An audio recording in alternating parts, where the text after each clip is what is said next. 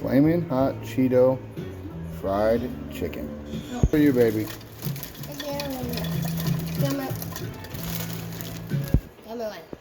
Push it down. 2 eggs. Half a cup of flour. Half a cup of beer, your choice. We like Operator IPA. Keep going. Half the cup, half the can. Dip that in the batter. Dip it in the all the way in. Now dip it in the Cheeto. Not dip. Dip it in the Cheeto. 3.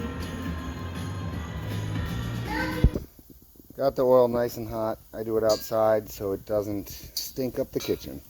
Now the moment of truth. That one's mine, baby. Are we gonna do one at a time? One at a time just to make it go good. And there it is. What do you think of the final result? 7.